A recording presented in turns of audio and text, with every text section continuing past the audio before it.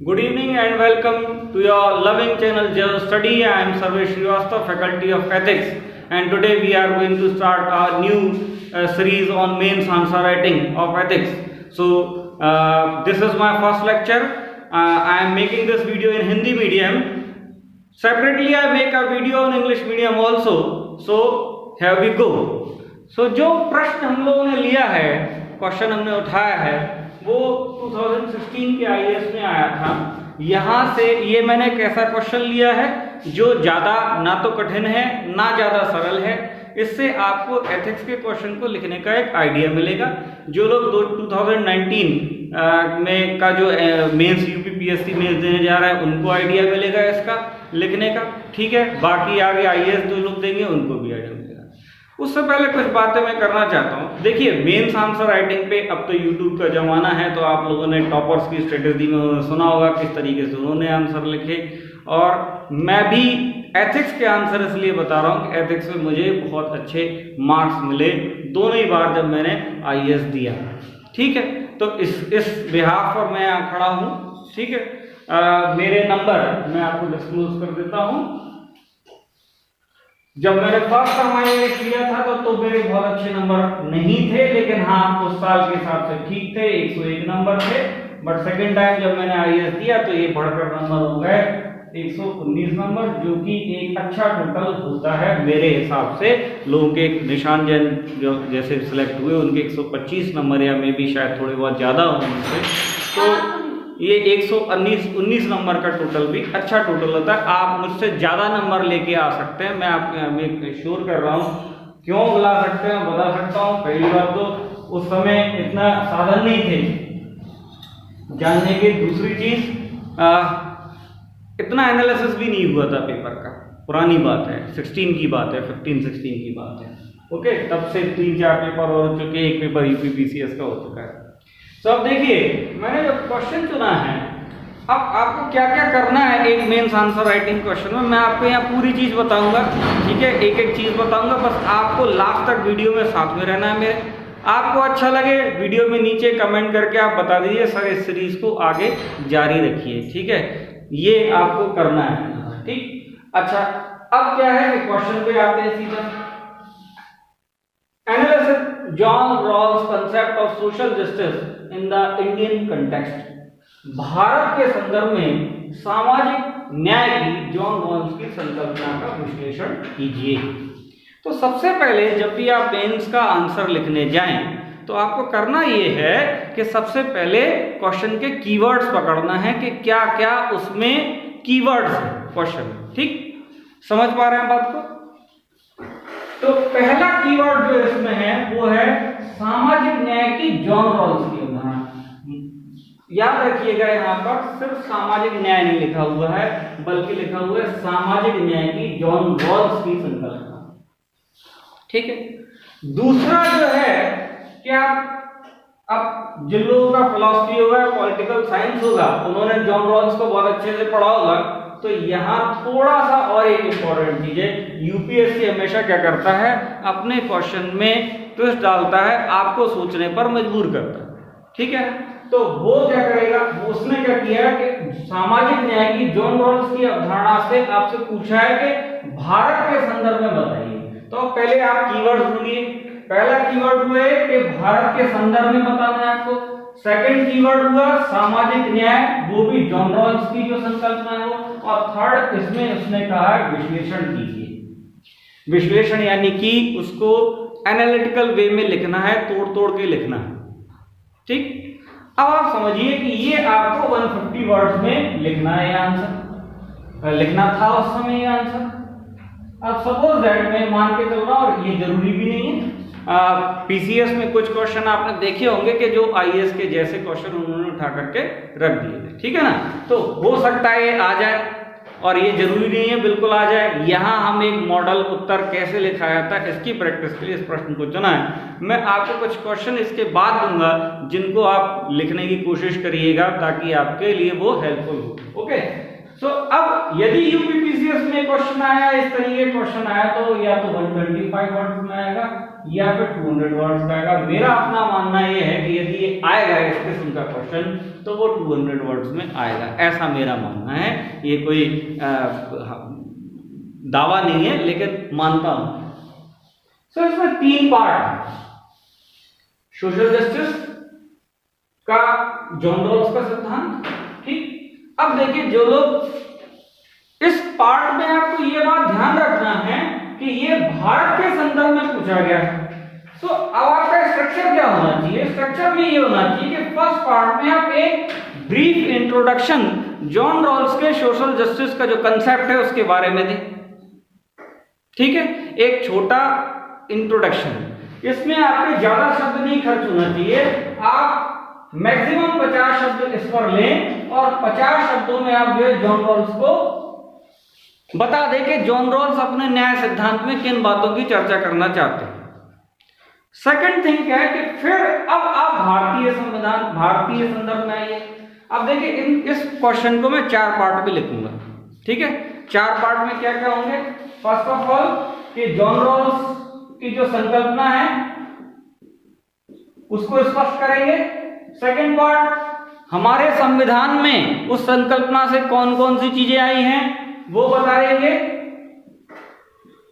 ठीक है, क्योंकि भारतीय संविधान में। थर्ड पार्ट जिसमें काउंटर लगाएंगे, क्या कि अभी अभी सामाजिक न्याय की जो अवधारणा है वो भारत में पूर्त नहीं हुई है। अब क्या होगा उसमें, कुछ लोग यहीं पे छोड़ आएंगे क्या कि इसलिए आज भी जॉन रॉल्स का जो सिद्धांत है वो प्रासंगिक है। हमको आशावादी बनना है। आप जब भी आंसर लिखिए ऐसे सोच के लिखिए कि आप जो है स्पोक पर्सन है यूपीएससी के और आपसे पूछा जा रहा है आंसर। क्या आप बताइए सामाजिक न्याय, आपने सामाजिक न्याय के लिए क्या रखा? तो अब आप यहां छोड़े ही नहीं, आप लास्ट में फिर क्या करेंगे, काउंटर लगा करके भारत सरकार की जो करंट योजना है जो भी आपको उस समय दिमाग में आ रही हो, आपको देखिए 7, 8, 9 मिनट मिलता है क्वेश्चन करने के लिए, उसमें आपको सोचना भी है, ठीक है। और जब एथिक्स की पेपर की बात करेंगे तो केस स्टडी इतनी बड़ी होती है कि उसको पूरा पढ़ना फिर उसको फ्रेम करना तो ये कठिन टास्क होता है। और उस 3 घंटे में तो और भी कठिन होता है। जिन बच्चों ने मेंस दिया हो मेरी इस बात से सहमत होंगे, कमरे पे बैठकर आंसर लिखना बिल्कुल डिफरेंट थिंग है और एग्जाम हॉल में जाकर के आंसर लिखना ये बिल्कुल डिफरेंट थिंग है, ठीक है। तो वहां आप भारत सरकार की योजनाएं बताएंगे, भारत सरकार की योजना के बाद फिर कहेंगे कि फिर आप यहां पर निष्कर्ष देंगे, 1 या 2 लाइन में आपका निष्कर्ष होगा, ये आपकी बॉडी चलेगी, ठीक है। अब आते हैं जॉन रॉल्स के जो न्याय सिद्धांत है उसके ऊपर। देखिए मैं जॉन रॉल्स को बाद में आपको समझा दूंगा क्योंकि आपको लगेगा कि अब ये घूम गए, फिलॉसफी पढ़ाने लगे फला। पहले मैं आंसर के संदर्भ में बात कर देता हूं, जॉन रॉल्स पे बाद में आऊंगा, उस पर भी थोड़ा सा डिस्कस कर लेंगे। देखिए की पॉइंट्स क्या है जॉन रॉल्स के न्याय सिद्धांत। आपके पास शब्द नहीं है, बहुत कम शब्दों में आपको ये बात लिखनी है। सो की पॉइंट्स जो हैं जॉन रॉल्स के संदर्भ में वो ये हैं कि जॉन रॉल्स एक ऐसी, उसकी एक बुक है जिसका नाम है अ थ्योरी ऑफ जस्टिस। उस बुक में वो जो है कुछ सिद्धांत देता है। पहले एक हाइपोथेटिकल सिचुएशन सोचता है, यानी कि एक काल्पनिक परिदृश्य समझता है, संकल्पना देता है और उसके बाद कुछ सिद्धांत प्रस्तुत करता है। वो सिद्धांत क्या है, ठीक है, वो सिद्धांत ये है, मैं यहां लिखता चला जाता हूं। इसके काट में पड़े नंबर 1, सभी को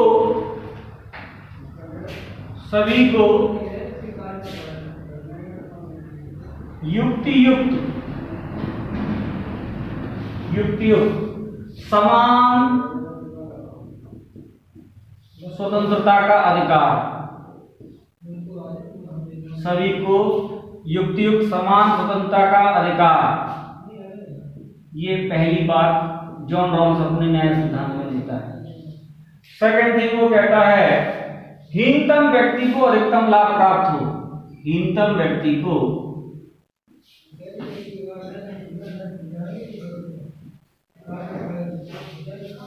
अधिकतम लाभ प्राप्त हो।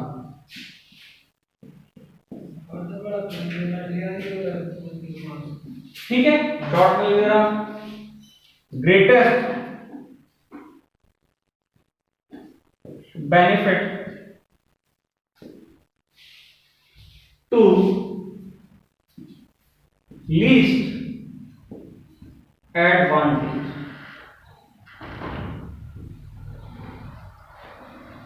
ठीक है, और तीसरी बात जो कहता है वो कहता है अवसर की उचित समानता समता की सुलभता। अवसर की उचित समता की सुलभता। ठीक, देख लीजिए एक बार, यानी कि फेयर इक्वलिटी ऑफ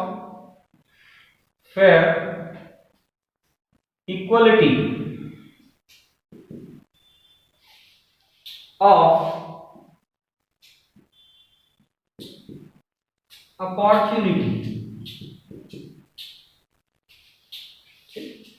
ये तीन, देखिए जब आप जॉन रॉल्स का फिलॉसफी के स्टूडेंट होंगे या आप जो है पॉलिटिकल साइंस के स्टूडेंट होंगे तो आपने पढ़ा होगा, तो बहुत लंबा चौड़ा है कि जो उसके जो की कंसेप्ट्स हैं या जो उसका सार है पूरे उसके न्याय सिद्धांत का, निचोड़ जिसको कहते हैं, वो निचोड़ जो है वो इन तीन बातों में कि वो एक ऐसी न्याय व्यवस्था की स्थापना करना चाहता है समाज में जिसमें सभी को युक्त समान स्वतंत्रता का अधिकार हो। सभी को युक्त समान स्वतंत्रता का अधिकार हो, मतलब कि ऐसी सबको स्वतंत्रता प्राप्त हो जैसी दूसरों को भी प्राप्त हो। उसको शॉर्ट में युक्त माने लॉजिकल। ऐसी स्वतंत्रता ना हो कि मैं छाता कमाऊं, बहुत पुराना उदाहरण है, और वो किसी की आंख में जाके लगे। तो ये फर्स्ट पॉइंट है। अब दूसरी चीज क्या है, हीनतम व्यक्ति को अधिकतम लाभ मिले, greatest benefit to least advantage. और तीसरा है क्या पॉइंट है, अवसर की उचित समता की सुलभता, यानी फेयर इक्वलिटी ऑफ अपॉर्चुनिटी।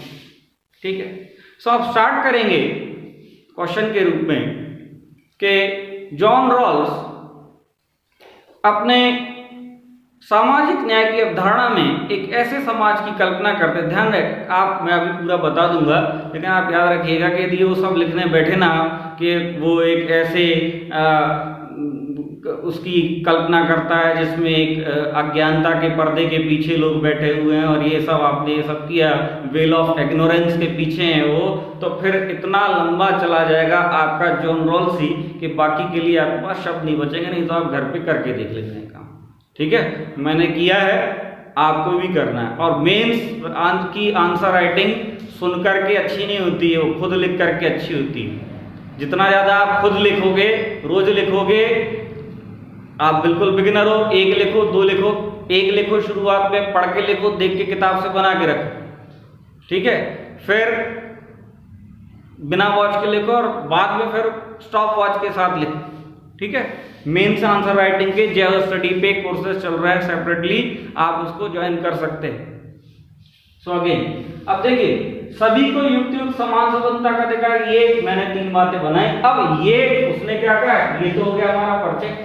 आपको बताना है कि उसकी सामाजिक न्याय की अवधारणा में एक ऐसे समाज की कल्पना करता है जिसमें प्रत्येक व्यक्ति को ये लाभ उपलब्ध हो या ये व्यवस्थाएं उपलब्ध हो। Is that clear? नाउ अब आपको देखना है इसको इंडियन कंटेक्स्ट में। तो जब इंडियन कंटेक्स्ट में देखेंगे तो सबसे अच्छा हमारा सोर्स क्या है? देखिए, हवा में बात करने से फायदा नहीं है।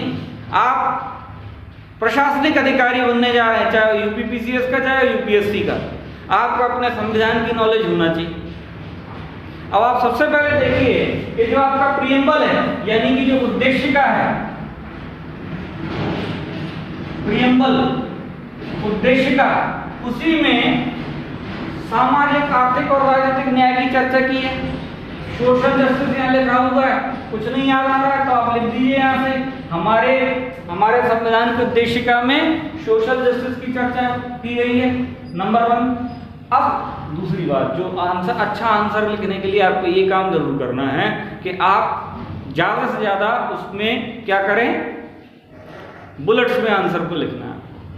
ठीक है। इससे क्या होता है कि जब आप बुलेट्स में आंसर लिखते हैं तो एग्जामिनर को जो है सहूलियत होती है।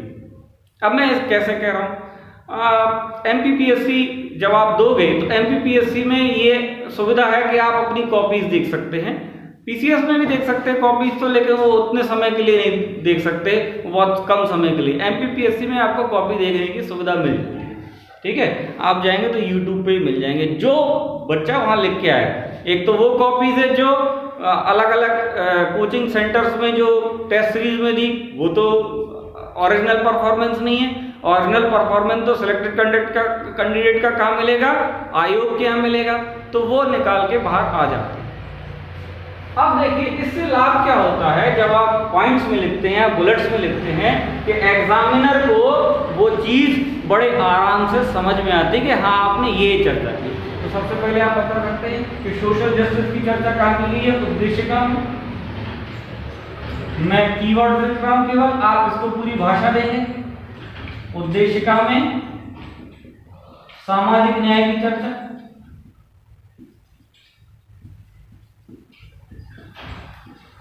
ठीक। अब आ जाइए नंबर 2, फंडामेंटल राइट्स।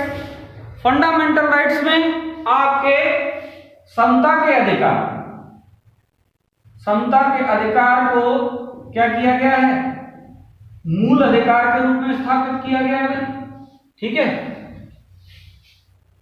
स्पेस है तो आप उसमें लिख सकते हैं, वंचितों के लिए वगैरह वगैरह करके। स्पेस नहीं है तो फिर आपको यहीं तक सीमित करना पड़ेगा। वहां क्या है, समता के अधिकार की भी बात की गई है, और जैसे सभी को व्यक्तियों को समान स्वतंत्रता का अधिकार, तो वहां स्वतंत्रता के अधिकार की भी बात की गई है।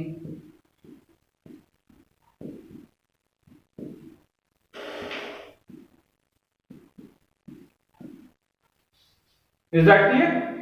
सो ये इतना बात समझ में आया आप लोगों को कि आपके भारतीय में बात है कि अब आप कहिए क्या, तीसरे पॉइंट पे आइए कि हीनतम व्यक्ति को अधिकतम लाभ। अब आप बताइए कि हीनतम व्यक्ति कौन है। हीनतम व्यक्ति यानी वंचित, वंचित वर्ग, ठीक है। यह हीनतम कौन हो सकता है, जो सामाजिक, शैक्षणिक, आर्थिक दृष्टि से पिछड़ गया हो, तो हम क्या कहेंगे, positive discrimination. Positive discrimination means सकारात्मक भेदभाव, जिससे निकला है क्या, आरक्षण, रिजर्वेशन। पॉजिटिव डिस्क्रिमिनेशन के माध्यम से जो विभिन्न मूल अधिकारों में क्या किया गया, आरक्षण की व्यवस्था की गई है।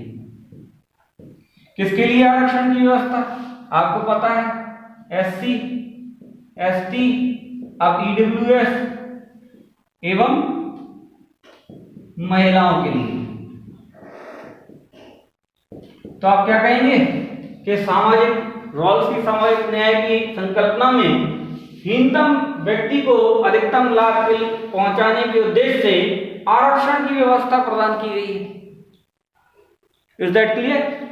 नेक्स्ट आएंगे, आपके पास यदि स्पेस है, फिर मैं बार बार कह रहा हूं स्पेस है, ये तो वहां कॉपी पे देख के पता पड़ता है आपको। जो अब तो क्या हुआ, Q&A आती है, क्वेश्चन आंसर बुकलेट आती है, उसमें आपको स्पेस मिलता है। आपकी राइटिंग बड़ी छोटी है, उसी स्पेस में आपको एडजस्ट करना है, ठीक है। ये भी एक बात है।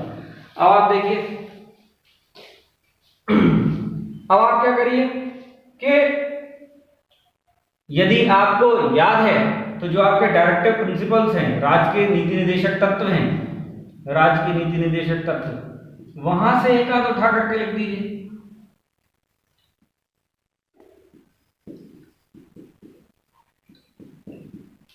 राज्य के नीति निर्देशक तत्व में क्या किया गया है, समान कार्य के लिए समान वेतन की व्यवस्था की गई। आर्टिकल 39।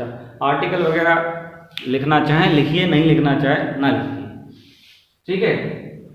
आप बिल्कुल परेशान नहीं होइएगा कि एथिक्स के आंसर में ये पॉलिटी का ये भाग लिख दिया तो इससे कुछ आपका हो जाएगा। वो पूछ ही रहा है भारत के संदर्भ में, ठीक है, वो पूछ ही रहा है भारत के संदर्भ में। तो जब भारत के संदर्भ में पूछ रहा है तो हमारा सबसे बड़ा आईना क्या है, हमारा दर्पण क्या है, हमारा कॉन्स्टिट्यूशन। ओके, सो अगेन अब आइए, ये वाला जब आपने कर दिया करा, उसके बाद आप काउंटर लगाइए। आप कहें किंतु या इसके बावजूद अभी भी सामाजिक न्याय की संकल्पना भारत में पूर्ण नहीं हो सकी है, और इसे पूर्ण करने के लिए सरकार द्वारा विभिन्न प्रकार की वंचित वर्गों के लिए योजनाएं चलाई जा रही हैं। इसमें तो आप जो भी योजना आपको याद हो रही है, देखिए प्रधानमंत्री आवास योजना,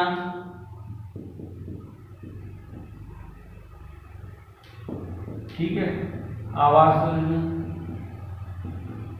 अब जो निर्धन है वो तो वंचित है ही, तो उसमें आप क्या लिखिए, मनरेगा, वो किसके लिए है, मनरेगा का उल्लेख कर सकते हैं, ठीक है। इसके अलावा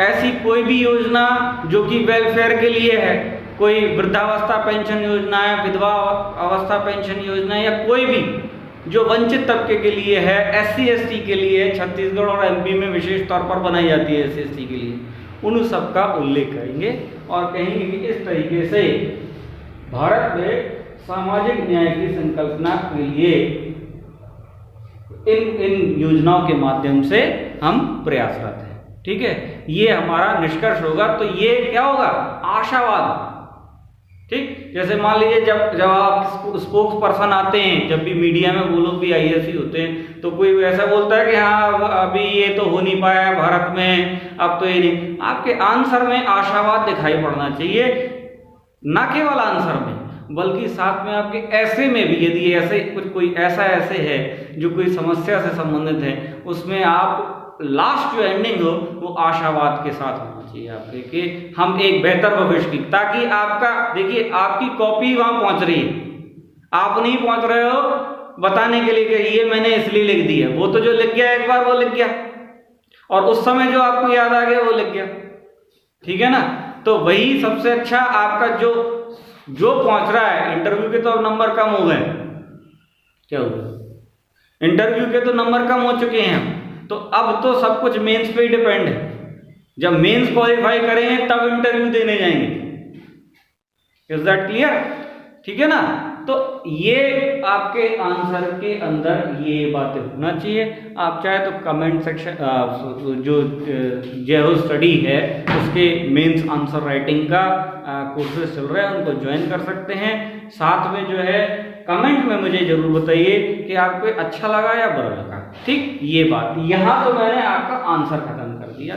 अब आते हैं हम लोग किस पे, थोड़ा सा जॉन रॉल्स पे चर्चा कर रहे हैं, ताकि सपोज दैट कि अब जैसे UPPCS ने सीधा क्वेश्चन कांट पर पूछ लिया, ऐसा क्वेश्चन UPSC में नहीं दिखता है।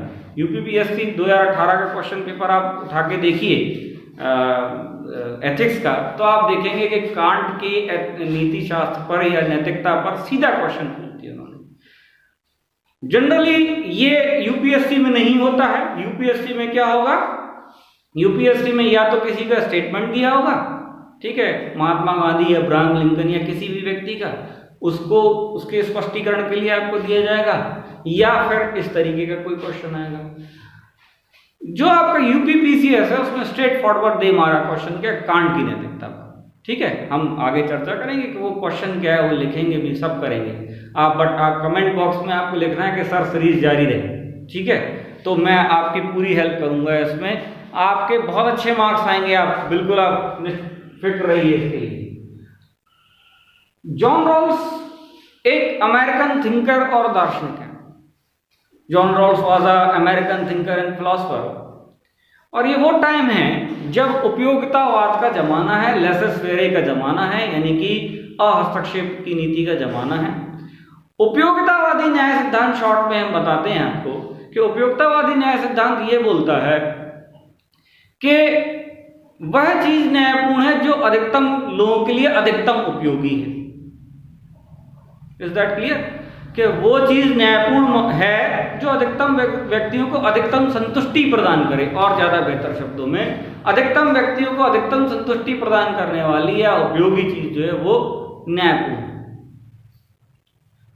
इस समय तक सोशलिज्म का या समाजवाद का या साम्यवाद का भी काफी हद तक विकास हो चुका था, और समाजवाद या साम्यवाद इस पर इस जो सिद्धांत उपयोगितावाद को, जो कि काफी माना जाता था न्याय के सिद्धांत के रूप में आधुनिक विचारों में, कंटेम्परेरी सोशियो पॉलिटिकल इश्यूज में वो माना जाता था, वो इसका विरोध कर रहा था।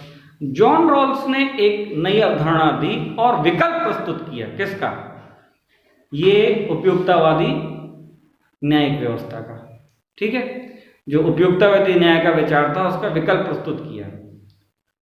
अच्छा, जो फिलॉसफी वाले हैं वैसे मुझे सही नहीं लगता है, ठीक है, वो उसके लिए मैं अलग लूंगा लेक्चर, आप टेंशन मत लेना।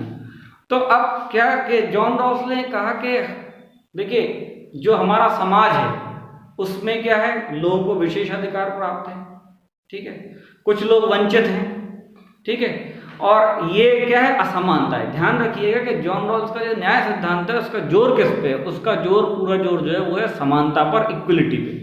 वो स्वतंत्रता से ज्यादा महत्वपूर्ण इक्वलिटी को मानता है, समानता को स्वतंत्रता से ज्यादा महत्वपूर्ण मानता है।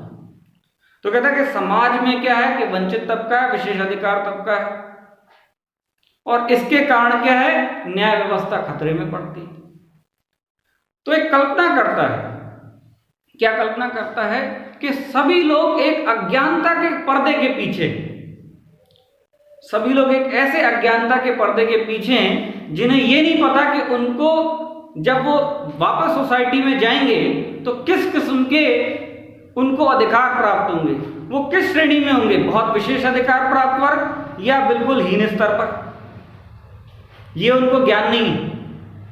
ठीक है, और वो सब लोग, ये जॉन रॉल्स कल्पना करता है विवेकशील प्राणी सारे के सारे, और उनको आपस में तय करके कलेक्टिव डिसीजन लेना है, सामूहिक निर्णय लेना है। क्या लेना है कि हम एक न्यायपूर्ण व्यवस्था बनाएं।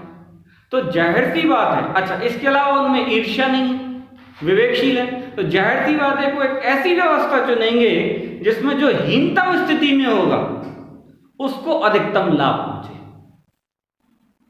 ठीक है, तो इस हाइपोथेटिकल सिचुएशन के माध्यम से जॉन रॉल्स इन जो 3 मैंने पीछे लिखे थे उन न्याय के सिद्धांतों की चर्चा करता है। इसके साथ मैं आज का लेक्चर खत्म करता हूं।